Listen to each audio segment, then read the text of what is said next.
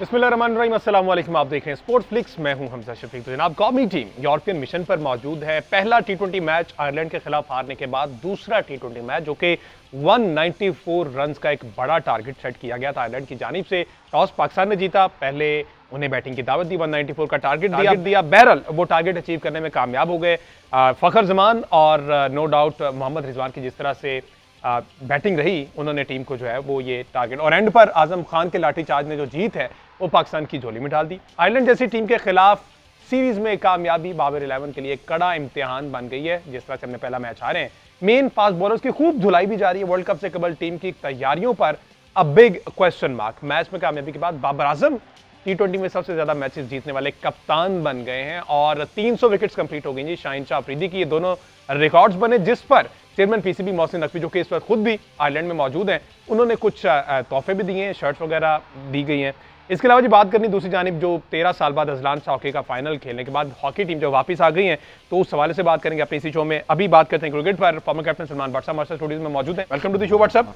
बहुत शुक्रिया जी, thank you. Bhatt साहब, मेरा ख्याल आज के मैच की बजाय पहले वाले मैच में बात कर ली जाए तो जरूरी है, क्योंकि इस टीम के खिलाफ जीतना अचीवमेंट नहीं है, जो हारे हैं ना उस पर ज्यादा तशवीश है। क्या कहेंगे आप?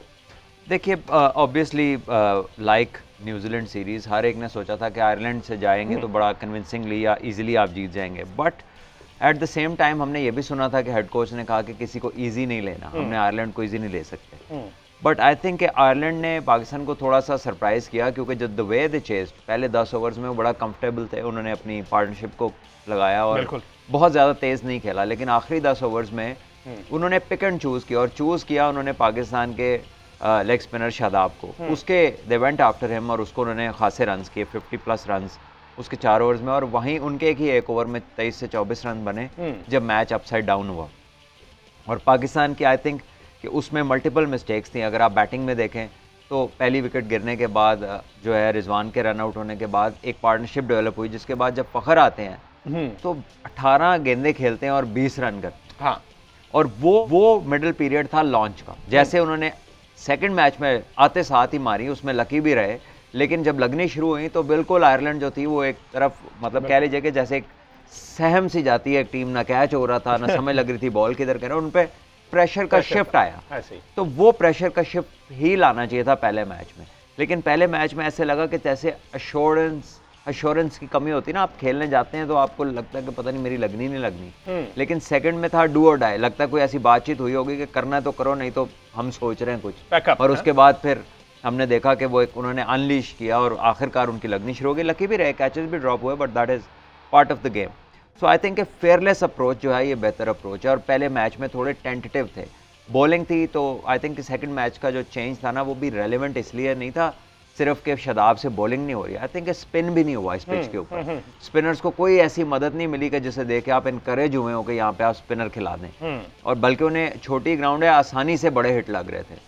तो आई थिंक स्मार्ट चीज़ थी कि वो फास्ट बॉलर्स को खिलाया, ऑल्दो कि फास्ट बॉलर्स को फिर रन हुए अच्छा खासा।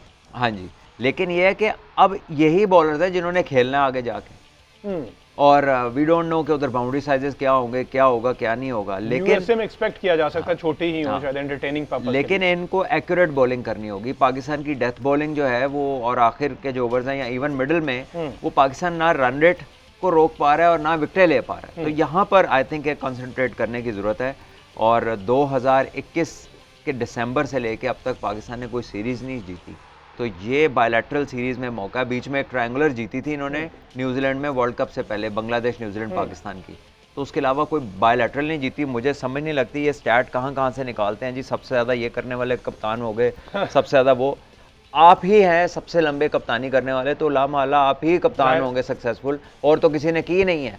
तो जो स्टैट्स के पीछे जो रिलेट कर रहे होता है ना कॉन्टेक्स्ट, उससे लोगों को बाखबर नहीं किया जाता, ग्लोरीफाई कर दी जाती है। वो लाइन रिलेटेड ये भी बताना चाहिए था ना कि जब सरफराज कप्तान थे तो पाकिस्तान टी20 में नंबर विनिंग रेशो देखिए नंबर 1 था, और अब इस वक्त टी20 में 7वें नंबर पर पाकिस्तान क्रिकेट टीम मौजूद है। पर सब बाबर आजम की स्पोर्ट, हमने न्यूजीलैंड के अगेंस्ट देखा कि बाबर आजम ओपन कर रहे थे साइम के। क्या बात है कि अब दोबारा से अब वो वन डाउन आ गए, रिजवान को अब इस सीरीज में ओपन करा रहे हैं, हो सकता है इंग्लैंड के खिलाफ फिर ओपन चल जाए, तो do we need to rethink कि बाबर को क्या करना चाहिए, मैनेजमेंट को सोचना चाहिए? I think they need to think, the players. देखिए मैनेजमेंट ने भी इनके साथ ओपनर नहीं जाना, ये इनका डिसीजन है यार, for God sake, he is a world class player, Pakistan का नंबर 1 प्लेयर है बाय फार। पिछले 2 दहाइयों का इससे अच्छा कोई प्लेयर नहीं आया, लेकिन he has to think about it, कि take a decision and you know stand by it. कभी आप आ रहे हैं, कभी रिजवान आ रहा है, सैम कांस्टेंट है, उससे अभी तक हो नहीं रहा, अल्लाह करे वो भी चल पड़े। जैसे आजम खान बहुत सारे मैचेस के बाद एक अच्छी इनिंग उन्होंने खेली, खुशी हुई देख के, और उनका यही काम है जो उन्हें लाया जा रहा है डिस्पाइट ऑल द क्रिटिसिज्म, वो उनकी एबिलिटी है जो वो बड़े हिट्स मारते हैं। तो अगर वो मारते हैं तो well and good to go, लेकिन जो ओपनिंग स्लॉट है ये इतनी इंपॉर्टेंट है, और पाकिस्तान की जो थोड़ी सी फतुहात है ना पिछले कुछ अरसे में, वो सारी ओपनिंग के सर पे ही हैं, मोस्ट ऑफ देम। तो अगर आपने वहाँ पर डिसीजन नहीं लिया अभी तक, तो ये अच्छा साइन नहीं है। आपको उस पर डिसीजन ले लेना चाहिए कि किसने ओपन करनी है। अच्छा, उसके बाद ना सिर्फ बाबर, मुझे लगता है कि इनको किसी का भी सूरत हाल समझ लेते। इफ्तिखार के अगर पहले मैच की बात की जाए, शादाब ऊपर चले गए, 0 पर आउट हुए, गालिबन मेरे ख्याल 0 ही किया होगा। उसके बाद अभी तो शुक्र है शहनशाह अफरीदी ने उससे ऊपर चल गए, फिर इफ्तिखार को भेजा और उन्होंने जाके अच्छा परफॉर्म किया, ठीक है। लेकिन ये क्या इशू है कि इफ्तिखार का जो रोल है उसे प्ले करने नहीं दिया जा रहा? देखिए, अब मालूम नहीं है कि इफ्तिखार ने कोई ऐसी ख्वाहिश का इजहार किया कि मुझे आखिरी 3-4 ओवर्स के लिए रखें या शादाब आखिरी 0 पे टीम मैनेजमेंट ये समझती है कि उनको आखिरी 3-4 ओवर से पहले एक्सपोज ना करें।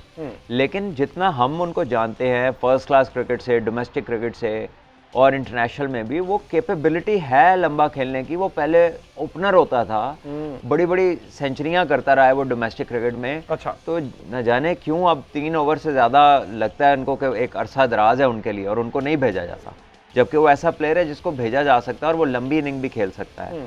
तो ये भी अनफॉर्चुनेटली कैप्टन ही बता सकते हैं, क्योंकि ये तो टीम मैनेजमेंट अभी आई है। हाँ जी।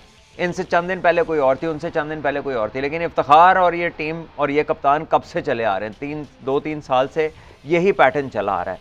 तो I think it has more to do with the captain and the player himself, कि हम पूछें टीम मैनेजमेंट से, जो खुद अभी महीना पहले टीम की मैनेजमेंट बनी है। अच्छा, बट सर आप नहीं समझते इतना लंबा अरसा हो गया बाबर को गेंद कप्तानी में? बाबर समटाइम जैसे चौकर्स पूरी साउथ अफ्रीकन टीम्स का है, बाबर चौक कर जाते हैं, जैसे कोई ना किसी भी तरह का प्रेशर पड़ा बाबर के हाथ पर फूल जाते हैं, बाबर को समझ नहीं आता। और उसी जगह पर कप्तान का इम्तिहान होता है कि मैंने कौन सा बॉलर यूज करना है, क्या फील्ड सेट करनी है, किस बैटर को कहाँ भेजना है। वहां पर बाबर एक्सपोज हो गए और ये चीज एग्री करने को तैयार नहीं है बाबर। देखिए, ये बड़ा इंपॉर्टेंट पॉइंट आपने रेज किया। ये जो अच्छी बॉलिंग नहीं कर पा रहे थे शादाब, तो जरूरत नहीं थी वहां पे उन्हें चौथा ओवर कराने की, और आपके पास साइम अयूब है जिनको आप पूरी PSL में आप उनको नया बॉल कराते रहे, और उन्होंने बुरा नहीं किया। और फिर आपने इफ्तिखार को टेस्ट ही नहीं किया उस दिन।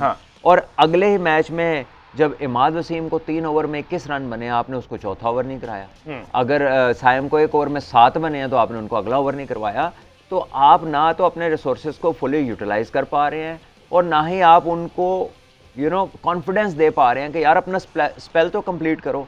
फास्ट बॉलर को 60-60 ओवर आप उसे करवाए जा रहे हैं, आप अपने लिए ऑप्शन ही नहीं बचा पाते। यानी कि आपने जब आखिरी 2-3 ओवर कराने होते हैं, तो पूरे दुनिया को पता चल जाता है टीवी पे कि ये वाला ओवर ये करेगा, ये करेगा। आप इतने प्रिडिक्टेबल हो जाते हैं। तो अगर आपके पास, आप बीच में सैम को 2 ओवर करा लें, इमाद का पूरा स्पेल करा लें, तो आपके पास आखिरी 3 ओवर्स में 5 बंदों की ऑप्शन हो, या 5 ओवर्स पड़े हों मेन बॉलर्स के, जिनमें से देखने वाला सोचे कि पता नहीं किसको करवाएंगे। आपकी ऑपोजिशन सोचे कि आप इतना सारा कुछ खोल के सामने रख देते हैं, किसी को पिक करने में मसला नहीं होता। इस पर वर्किंग की बेहद अशद जरूरत है और इस पर करनी भी चाहिए। अब थोड़ी सी बात कर लेते हैं जी हॉकी के वाले से। अजलान शाह हॉकी टूर्नामेंट 13 साल बाद पाकिस्तान जो है वो फाइनल में पहुंचा, और अनफॉर्चुनेटली फाइनल जीतने में नाकाम रहा पेनल्टी शूट आउट पर, जिस तरह से कौमी टीम हिम्मत हार गई।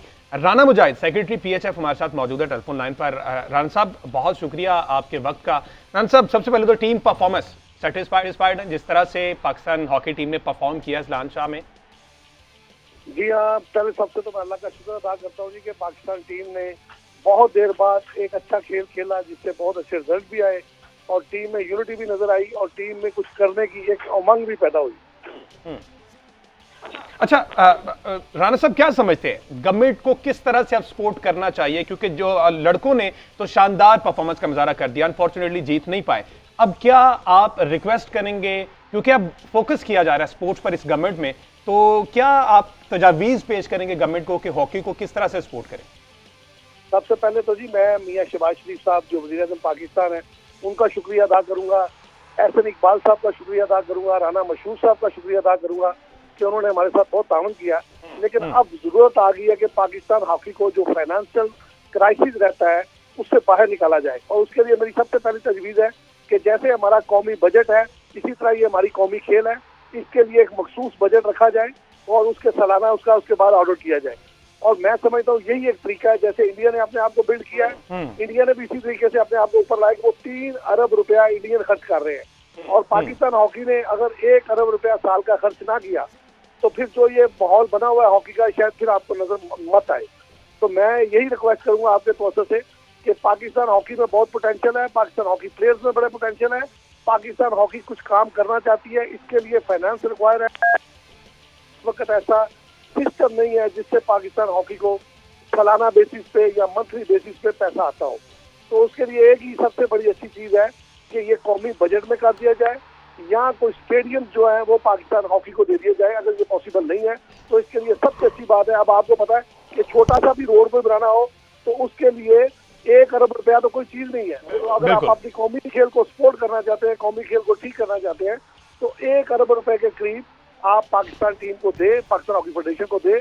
और इंशाल्लाह ताला मैं समझता हूँ कि इस वक्त जो हमारे प्रेसिडेंट हैं मीर तारिक हुसैन बुख्ती साहब, उनका जज्बा जोश इस टाइप का है कि खिलाड़ी खुश है, फेडरेशन खुश है, तमाम लोग खुश हैं और वो कुछ करना चाहते हैं। मेरी रिक्वेस्ट है प्राइम मिनिस्टर पाकिस्तान मियां शहबाज शरीफ साहब को, राना मशहूर साहब को, बिल्कुल कि वो इसमें भरपूर हो जाए, यकीनी तौर पर करेंगे। सलमान भट्ट साहब हमारे साथ मौजूद हैं, एक्स क्रिकेटर हैं। राना साहब, भट्ट साहब, आप हॉकी के लिए जिस तरह राना साहब ने कहा कि सपोर्ट करना चाहिए और एक खिलाड़ी ही खेल की बेहतरी के लिए तजावीज़ पेश कर सकता है। देखिए, सबसे पहले तो पाकिस्तान की टीम को, राना साहब आपको और आपकी पूरी ऑर्गेनाइजेशन को बहुत बहुत मुबारकबाद। एक बड़े अरसे के बाद पाकिस्तान ने वो उस किस्म का शो पुटअप किया है जिसके लिए पाकिस्तान की हॉकी जानी जाती है। और जहाँ तक बात रही सपोर्ट की, तो एब्सोल्युटली करना चाहिए। अगर नहीं करेंगे तो नहीं बनेंगे प्लेयर्स। आपको फंडिंग की ज़रूरत है, आपको स्पॉन्सर्स की ज़रूरत है, चाहे वो नेशनल कॉज समझ के करें, चाहे CSR समझ के करें, चाहे अपना टैक्स बचाने के लिए करें। ये सारे मामलात को देखें और आई थिंक ग्राउंड्स मज़ीद बढ़ाने की ज़रूरत है, एस्ट्रो टर्फ्स बढ़ाने की ज़रूरत है। स्कूल्स एंड यूनिवर्सिटीज़ जो बड़े बड़े मल्टी मिलियनर के बिजनेस बन चुके हैं, उनको भी बताने की ज़रूरत है कि आप स्पोर्ट्स के ग्राउंड्स बनाएं, हॉकी के एस्ट्रोस लगाएं, दूसरी खेलों के लिए आप अपने लिए जो है ना जगह बनाएं, ताकि जो यंगस्टर हैं, जो यूथ है, वो राइट डायरेक्शन में जाए। होता यही है कि स्कूलों कॉलेजों में जो है वो घरों में ये चीज़ें बन रही हैं और उनके जो सारा का सारा ज़्यादा से ज़्यादा एक दिन का स्पोर्ट्स डे करके दिखा देते हैं या ड्रामेटिक सोसाइटीज़ पे चले, वो भी अच्छी चीज़ है। लेकिन जब तक आप फिजिकल स्पोर्ट में नहीं आएंगे तो आपकी डेवलपमेंट उन नेशंस की तरह नहीं होंगी जो ओलंपिक टेबल के टॉप पर भी हैं और जो दुनिया में भी सुपर पावर्स हैं। बिल्कुल इसी तरह, और इस प्लेटफॉर्म से जी रिक्वेस्ट कर सकते हैं, स्पोर्ट्स मिनिस्ट्री काफ़ी एक्टिव है तो वो हॉकी पर भी खुसूसी तवज्जो दे। राना मुजाहिद साहब, सेक्रेटरी PHF हमारे साथ मौजूद है। सर, बहुत शुक्रिया आपके वक्त का, और हमारी ये दुआ है कि हॉकी जो है क्रिकेट की तरह इसकी भी एक प्रॉपर ये विक्ट्री की लाइन पर आए और इस पर भी मजीद काम हो। हॉकी के जिस तरह से भट्ट साहब ने कहा कि एस्ट्रो टर्फ्स और दीगर ग्राउंड्स जो हैं वो प्रोवाइड किए जाए हॉकी, ताकि नेशनल गेम हमारा हॉकी है इसको भी परवान चढ़ने का पूरा मौका दिया जाए। आज के शो से